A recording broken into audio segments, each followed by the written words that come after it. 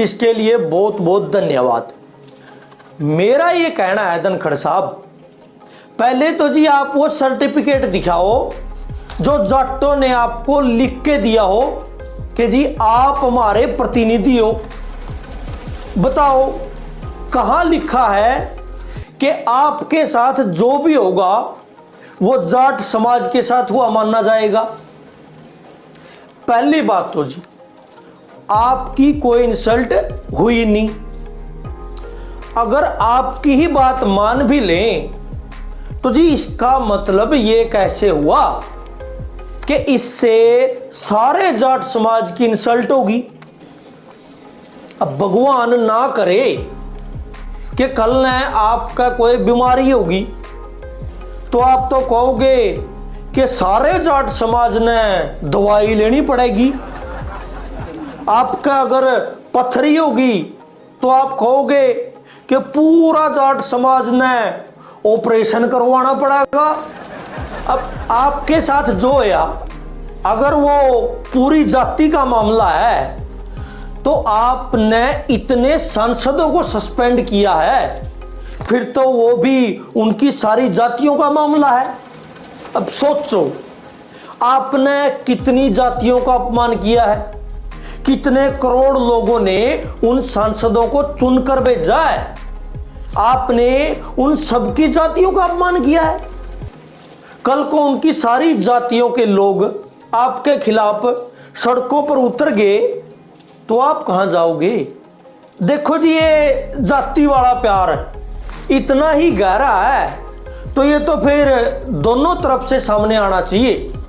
धनखड़ साहब आपने ब्राह्मण सांसदों को निलंबित कर दिया तो इसके विरोध में तो राजस्थान के मुख्यमंत्री भजनलाल शर्मा जी को भी इस्तीफा देना चाहिए। डिंपल यादव के निलंबन के विरोध में मध्य प्रदेश के सीएम मोहन यादव को भी इस्तीफा देना चाहिए। अब जब तक ये नहीं होता तो जाट समाज आपके समर्थन में क्यों आए जी। कमाल की बात हो रही है देश में, जाटों को छोड़कर बाकी सबने जाटों की इज्जत की चिंता होने लग रही है। और सबसे ज्यादा चिंता उन लोगों ने हो रही है जो कल तक जाट किसानों ने खालिस्तानी कह रहे थे, जाट खिलाड़ियों ने गालियां देने लग रहे थे। सर उस टाइम आपको याद नहीं आई कि आप एक किसान परिवार के बेटे हो, आप जाट परिवार में पैदा हुए हो। सर जब जरूरत का टाइम पे आपने कभी समाज का साथ नहीं दिया तो समाज आपका बोझ क्यों उठावेगा। अगर यूं हर एक आदमी अपने कर्मों को जाति और धर्म के पीछे छिपाने लगेगा तो बात कहां तक जाएगी बताओ। अब संसद में घुस कर प्रदर्शन करने वाले सारे नौजवान हिंदू हैं जिनको आपकी सरकार आतंकवादी बता रही है। मतलब आपकी सरकार सारे हिंदुओं को आतंकवादी बोलने लग रही है, उनकी जातियों को आतंकवादी बोलने लग रही है।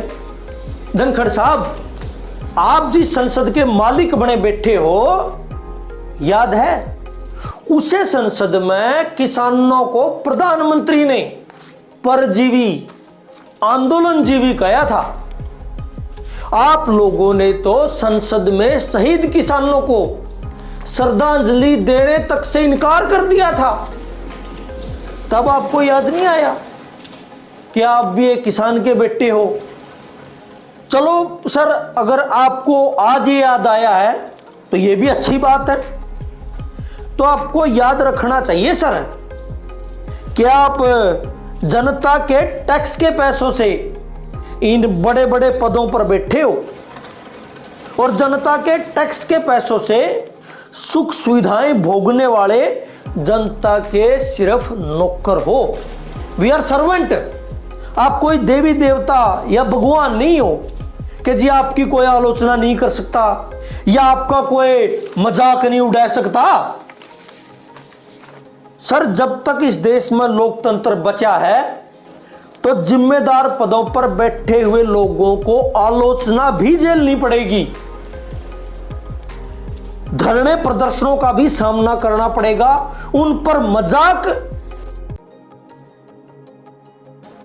और जी कटाक्ष भी होगा। धनखड़ साहब